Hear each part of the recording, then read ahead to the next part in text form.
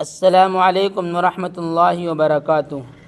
امید دوستو تمام حضرات خیر و عافیت سے ہوں گے۔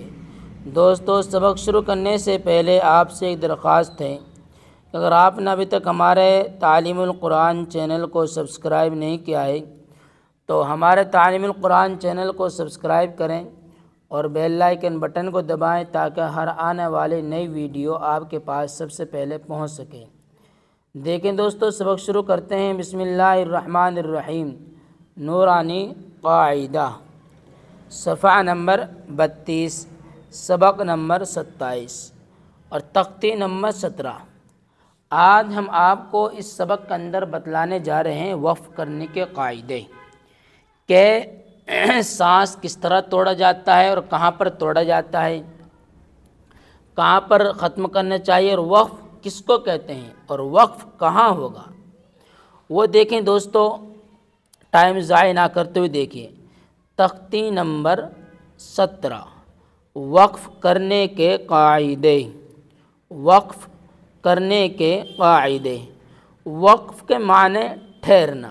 کیا معنی ہے؟ ٹھہرنا، یعنی قرآن پاک پڑھتے پڑھتا کس طرح ٹھہریں، یعنی قرآن پاک پڑھتے پڑھتے کس طرح ٹھہریں۔ ایسے گول نشان، جو ایسا گول نشان ہوتا ہے اس کو کہتے ہیں آیت کہتے ہیں۔ ایسے گول نشان کو آیت کہتے ہیں۔ کیا کہتے ہیں؟ آیت کہتے ہیں۔ نمبر 2، زبر زیر پیش۔ دو زبر دو پیش پر وقف کرنا ہو، زبر زیر پیش، دو زیر دو پیش پر وقف کرنا ہو تو آخری حرف پر جزم دے کر سانس توڑے، اسی کو وقف کہتے ہیں۔ کیا کہہ رہے ہیں؟ دو پیش پر وقف کرنا ہو تو آخری حرف پر جزم دے کر، اور آپ نے جزم دیکھا کس طرح ہوتا ہے، جزم پیچھے دیکھ لیا، جزم دے کر سانس توڑے، اسی کو وقف کہتے ہیں۔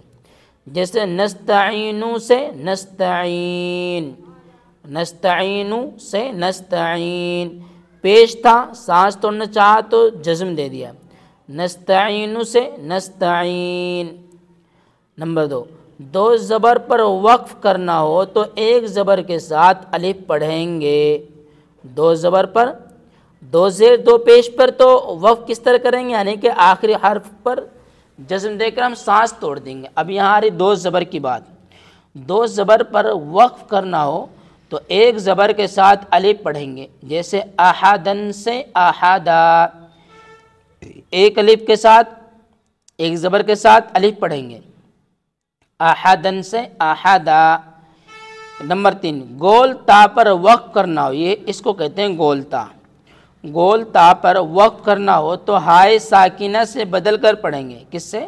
ہائے ساکنہ سے بدل کر پڑھیں گے، جیسے جاریتن سے جاریہ، یہ ہائے ساکنہ بن جائے گا، جاریتن سے جاریہ۔ اب دیکھیں اس میں مشق ہے، یہاں دیکھیں آپ آخر میں زیر ہے، اور آپ نے پڑھا بھی اوپر کہ زیر اگر جہاں ہوگا، زیر زبر پیش، دو زبر دو زیر دو پیش، تو آخری حرف پر جزم دے کر سانس توڑیں گے۔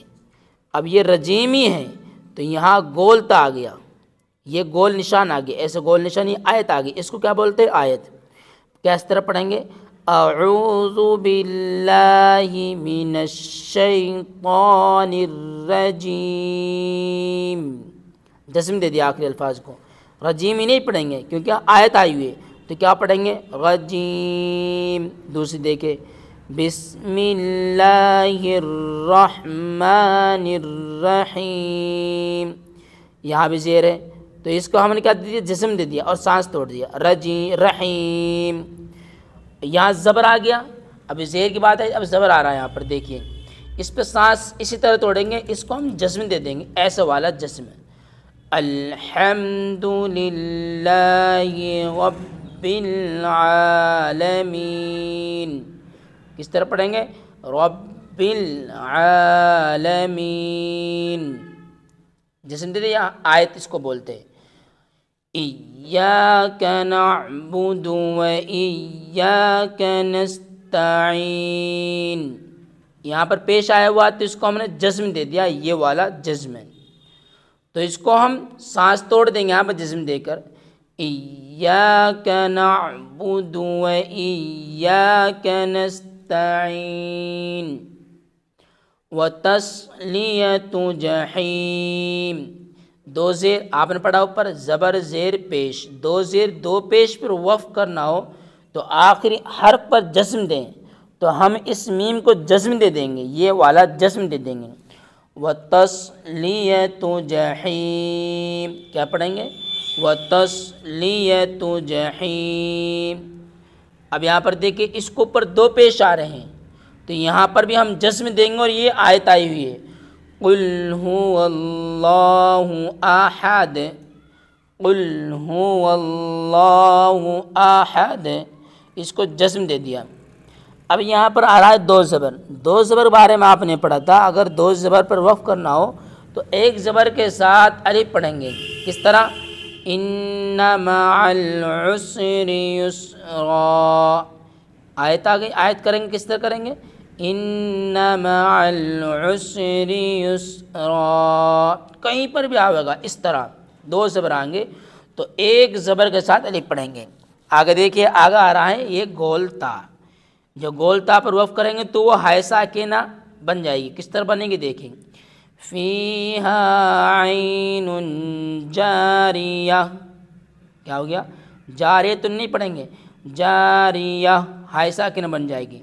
اس طرح یہ اگلا والا الفاظ ہے تسقی من عین آنیہ، آنیہ، تسقی من عین آنیہ۔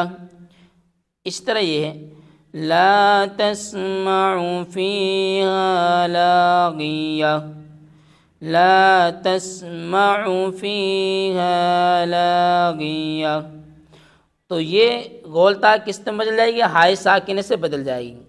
تو دوستو امید ہے کہ آپ نے یہ سبق سمجھا ہوگا اور سنا ہوگا غور سے۔